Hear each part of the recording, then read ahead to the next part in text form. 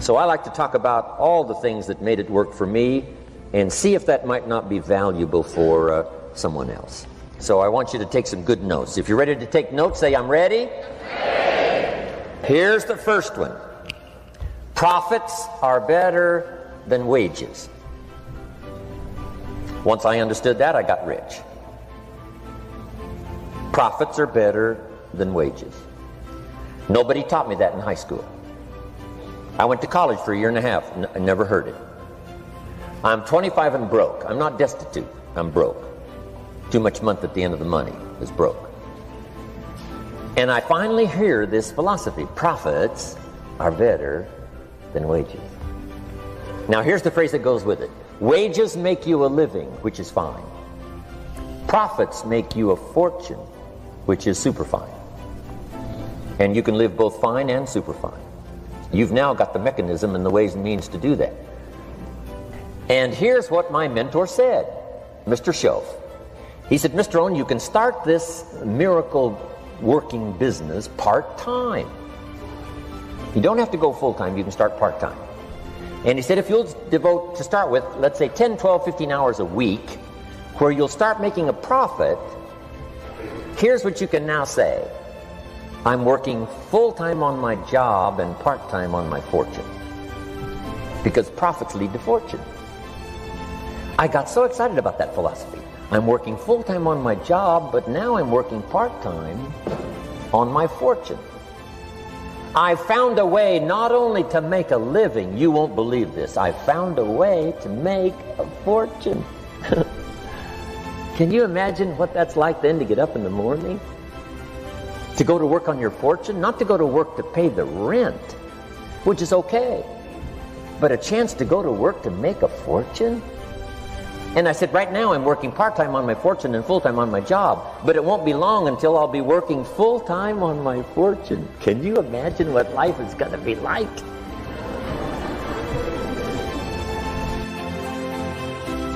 Now here was my first goal when I started, and that was part-time. I wanted to equal on my profits part-time what I was earning on my full-time job. This is called the magic of part-time. It is so thrilling for people to start working the business part-time, because now you can work on profits, and it doesn't take very long. If you'll really concentrate on those 10, 12, 15 hours a week, it won't be long if you really do it right and learn some of the skills I'm going to talk about. It won't be long until you can be earning as much part-time working on your fortune as you are full-time working on your job. I did that in less than 6 months. Now I've got an incredible invitation. I found a way part-time to work on my fortune, and I'm making as much money at that as I am on my full-time job. Would you like to hear my story? It was incredible. Now here was my second goal, to make twice as much money part-time working on my fortune as I was working full-time on my job. And I reached that in less than a year. Making twice as much money part-time working on my fortune as I was full-time working on my job. Now I've got an incredible invitation that won't quit. I found a way, through a unique opportunity, to work part-time on my fortune, and I'm now earning twice as much money as I am working full-time on my job. Would you like to hear my story? Do you imagine anybody would say, no, I don't care to hear your story? No. Everybody I said that to said, wow, yes, what are you doing? I said, I'm glad you asked. Let me tell you. Now, when I started making twice as much money part-time as full-time, here's my dilemma. I didn't want to go full-time. And why not go full-time? And the reason was because I didn't want to give up my electrifying story. Right? It was so powerful, nobody could resist the invitation to at least take a look. I didn't want to give it up, and I hung on for I don't know how long until it was, almost insane. And then finally, reluctantly, I gave up my full-time job. Here's the next one. Philosophy that helped change my life. It's not what happens that determines your life future. It's not what happens that determines your life future. It's what you do about what happens. All of us are in like a little sailboat. And it's not the blowing of the wind that determines your destination. It's the set of the sail. So jot this phrase down. It's one of the best to understand. Kids need to understand it. The same wind blows on us all. The same wind blows on us all. The wind of disaster, the wind of opportunity, the wind of change. The wind when it's upside down, the wind when it's favorable and unfavorable. The same wind blows on us all. The economic wind, the social wind, the political wind. The same wind blows on everybody. The difference in where you arrive in 1 year, 3 years, 5 years, the difference in arrival is not the blowing of the wind, but the set of the sail. And that's what learning is all about, to set a better sail this year than last year. To set a better sail. The first 6 years of my economic life, I wound up broke. Second 6 years, I wound up rich. You say, well, the Democrats must have finally gotten power. No. No. No. It was not a political change. Here's what changed the second 6 years of my economic life. It was my philosophy that changed. The set of the sail of better thinking, correcting the errors of the past and picking up new disciplines for the future. That's all I had to do at the end of the first 6. Correct the errors of the past and then pick up some new disciplines for the future. And my total life changed. The second 6 years was totally different than the first 6 of my working life. And guess who can do that? Anybody. Now you can keep on the same path for the next couple of years as you have the past 2. But if you wish to, and maybe everything's okay for you and you don't need to, but if you need to make some changes, I'm telling you, you can start doing it today so that the next 2 years will be drastically different than the last 2. And anybody who wishes to do that can. And you can do it between ages 40 and 43. You can do it between ages 13 and 15. You can do it between ages 60 and 62. Any 2 years, any 5 years that you wish to drastically change from the previous 5, you can do it. If you wish to. Now this isn't written. This is not a law. Here's what it's called: opportunity.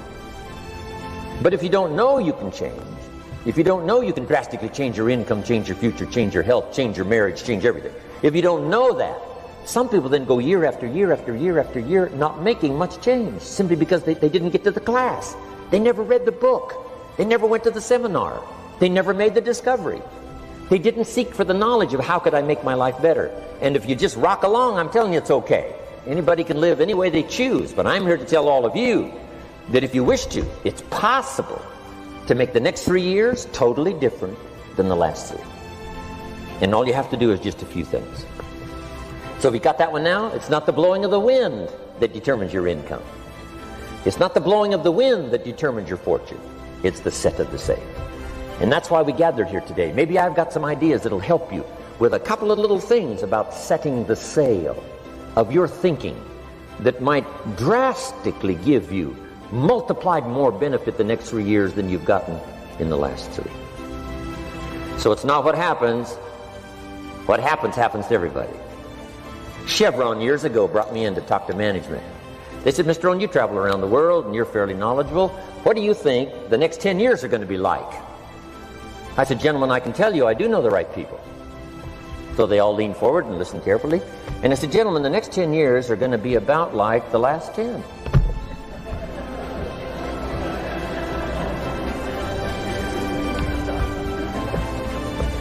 The next season after fall is, I promise you that's not going to change.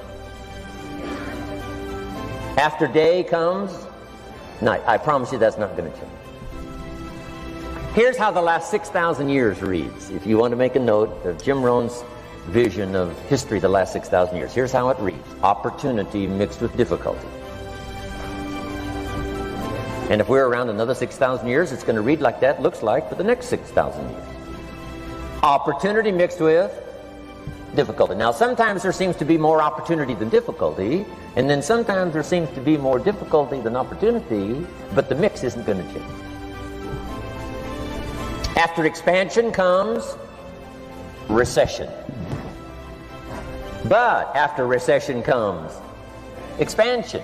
Not to think so, see, is naive. And once you've got just a little of this stuff settled, then you know exactly what to do. You know exactly what to anticipate, so you can be ready. Now, here's the next one, and I heard it in my invitation. Here's what it says. For things to change, you have to change. I was hoping the government would change, and taxes would change, and economics would change, and my boss would change and be more generous. I wished for everything to change, and my teacher said, no, Mr. Rohn, for things to change for you, you have to change. Don't wish it was easier, wish you were better. Once I understood this, this altered the course of my life. Don't wish it was easier, wish you were better. And here's the big one. Don't wish for less problems, wish for more skills. You don't need less problems. You simply need more skills. Don't wish for less challenge, wish for more wisdom. Accept the challenge, because you can't grow without a challenge. You can't get rich without a challenge. You can't fly without gravity. You have to understand the challenge. But that's the key, is to now develop wisdom to overcome the challenge. Don't wish for less challenge, but more wisdom. And then here's one more philosophy to help change my life forever. You can do the most remarkable things no matter what happens. Humans can do the most remarkable things no matter what happens. Philosophies that change my life. Here's one of the big philosophies I learned in network marketing. It's called the law of averages. If you do something often enough, a ratio will appear. Key phrase, if you do something often enough, a ratio will appear. It's amazing. It's uncanny. In baseball, we call it batting average. If you talk to 10 people, one says yes. Now the ratio has begun. 1 out of 10. Talk to 10, get 1. Here's something interesting about the law of averages. Once it starts, it tends to continue. This is colossal information. Once a ratio starts, it tends to continue. If you talk to 10 and get 1, sure enough, chances are excellent. If you talk to 10 more, you'll get another one. Talk to 10 more, you'll get another one. Now you can compete. If you can only get 1 out of 10, you can compete, even with somebody that can get 9 out of 10. If you've been here a long time, you can get 9 out of 10. I just joined, I can only get 1 out of 10. If we have a 30-day contest, I will beat you. Say, well, how could you beat me? Here's why. During that 30 days, you talk to 10 and get 9. I talk to 100 and get 10. I beat you. Isn't that clever? This is clever stuff. And I do it for 2 reasons. I sincerely wish to win. But I do it for another very sincere reason. I wish for you to lose. And that's noble on my part. Here's why it's noble. You learn more by losing than you do by winning. So I wish to give you that experience. Now here's how I do it. Once I understand the law of averages. When I'm new, I make up in numbers what I lack in skill.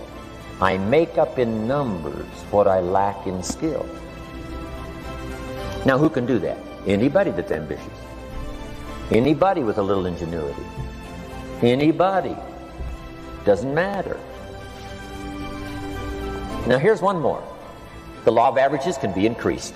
You get 1 out of 10, talk to 10, get another one. Talk to 10, get another one. The 4th time you talk to 10, you get 2. Why would the 4th time you talk to 10, you get 2 instead of 1? You're getting better. You're getting better. And who can get better? Anybody. Talk to 10, get 2. Talk to 10, get 2. Finally, talk to 10, get 3. I finally got up to about 3. Now, it takes more than a genius to go past like 3 or 4. But 3 will do. If you bat 300 in baseball, they pay you $4 million a year. Which means you're out 7 times out of 10. 7 times out of 10, out. Make $4 million a year. Are you ready for that? So, this works so well now in your business. Just jot the phrase down. You don't have to bat 1,000. You don't have to bat 1,000 to make big money. 1 out of 10 is fine. 2 out of 10 is terrific. 3 out of 10 is fabulous. Some particular incredible genius might get 4 out of 10. But 3 out of 10 is sufficient. to make you rich beyond your wildest imagination. This is how I went after my friends, neighbors, and relatives when I first started recruiting. I said, look, I've got a new business and I'm getting about 3 out of 10 to join. And I don't mind you, just come to the meeting and be one of the 7.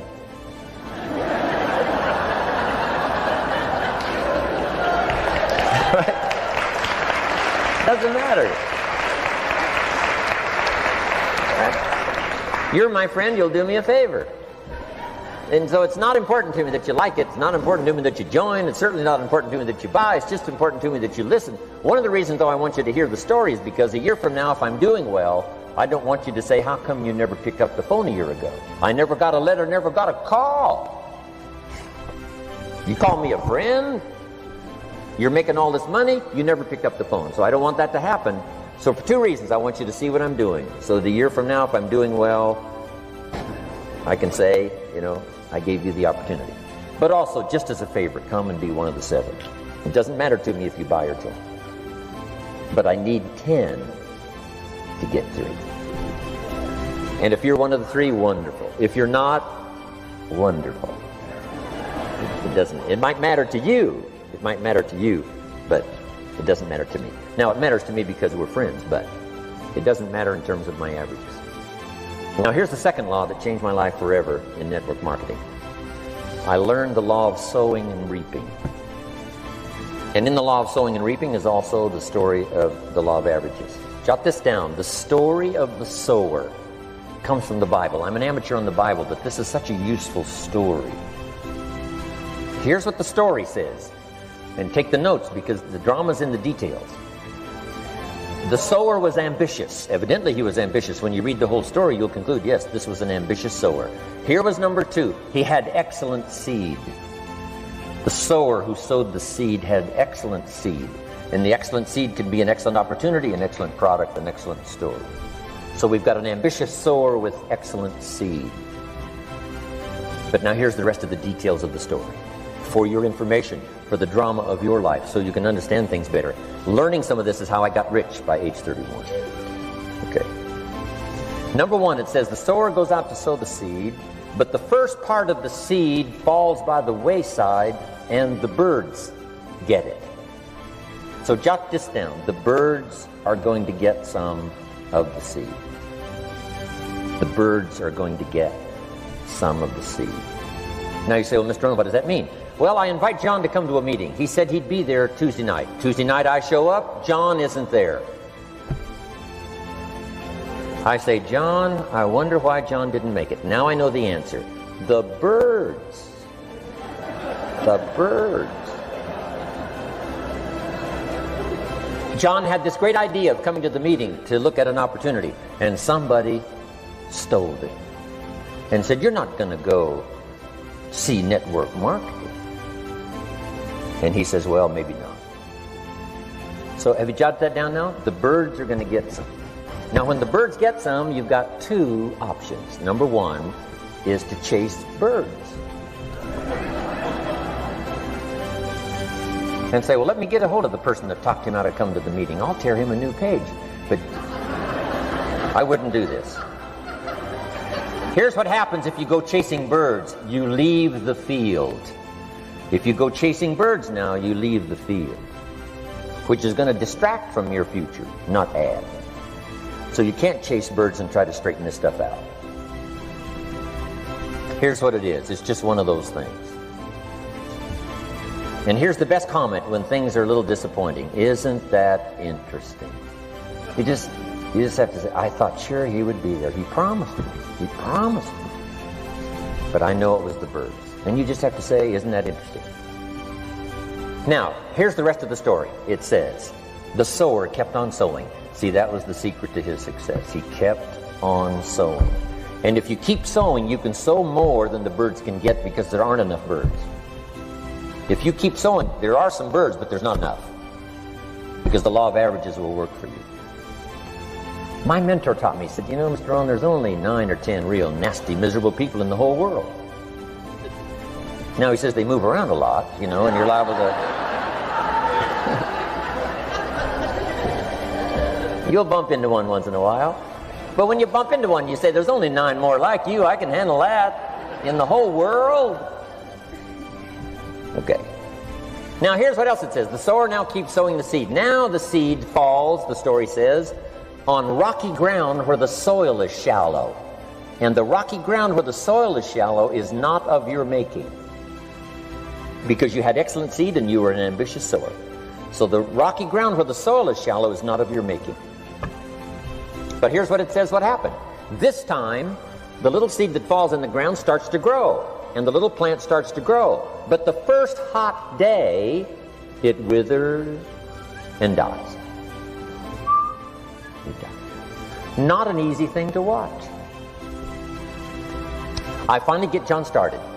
Sure enough, 3 or 4 days later, somebody says, boo, and he goes,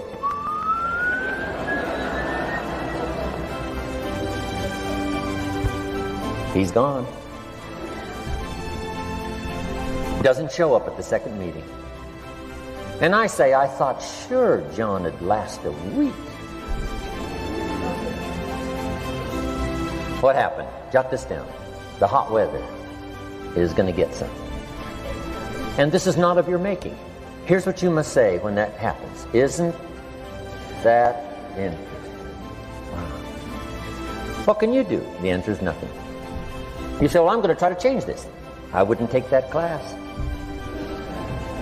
You know, the sun comes up in the east. Somebody says, why is that? I wouldn't spend much time on that. Just let that happen.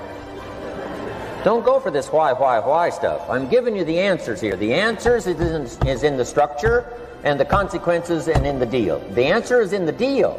Anything beyond that is not worth studying. You say, well, how come some just last a little while? I wouldn't sign up for that class. Here's the answer. Some don't stay. You just have to jot that down. And when some leaves, you say, that's one of those that don't stay. Now you know what category to put them in. And you can't solve this now. You can't. It's like rearranging the seasons. You can't fool with that. All you can do is cooperate with the way things are set up.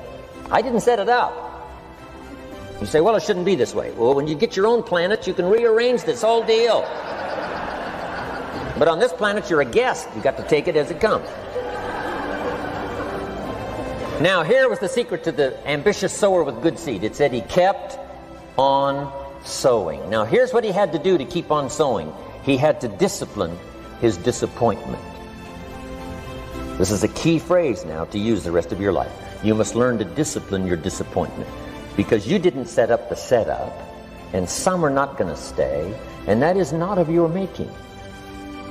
Now, if you made gross errors and you ran them off, see, that'd be different. Now, you're responsible for that. But if it's in the normal course of things, this is the way things are. Now, here's what it says. The sower keeps on sowing. Now it says the seed falls on thorny ground. And somebody says, well, how much of this do you have to go through? Well, hang on. It's not the end of the story now. Now the little seed falls on thorny ground. And now the little plant starts to grow again. But as the little plant starts to grow, the thorns choke it to death. And it dies. So jot this down. The thorns are going to get some. And that's not of your making. And what are these thorns? The story even called these little thorns, little cares, little distractions, little somethings.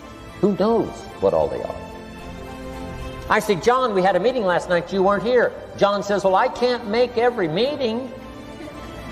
I say, why not? You're part-time. He said, well, the screen door came off the hinges. And you just can't let your house fall apart. You got to take some time and fix things up. And I can hear the thorns going,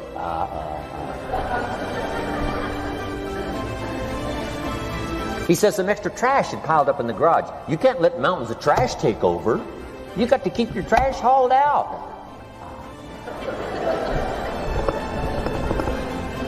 People who let little things cheat them out of big opportunities. People who let little things cheat them out of big opportunities. And you feel almost helpless. What could I do about that? And that's nothing. And you say, well, why is this? I'm asking you not to sign up for that class. Don't sign up for these why is this class. It's just the way it is. Like winter following fall and spring following winter. So if you got that, the thorns are going to get some. But now here's the good news. Let's read the rest of the story now quickly. The sower now what? keeps on sowing the seed, keeps on sharing the story, keeps on giving an invitation. Yes, the invitation can be more powerful for me as it was 1 year later than it was the first month. Because now I'm saying I'm making twice as much money part-time as I'm making on my full-time job. Yes, the story can be more powerful, but the law of average is still going to work. But now here's what the story said. Finally, the seed falls on good ground. Finally, the seed falls on good ground. Now put this in parentheses. It always will. If you keep sowing. If you share a good idea long enough, it will fall on good people. But now here's the rest of that story. Some of the good ground did 30%.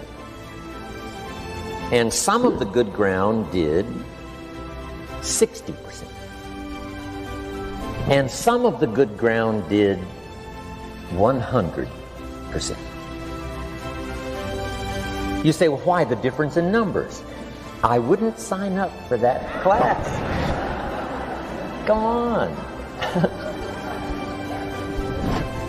Have I said that often enough now? Don't register for that class.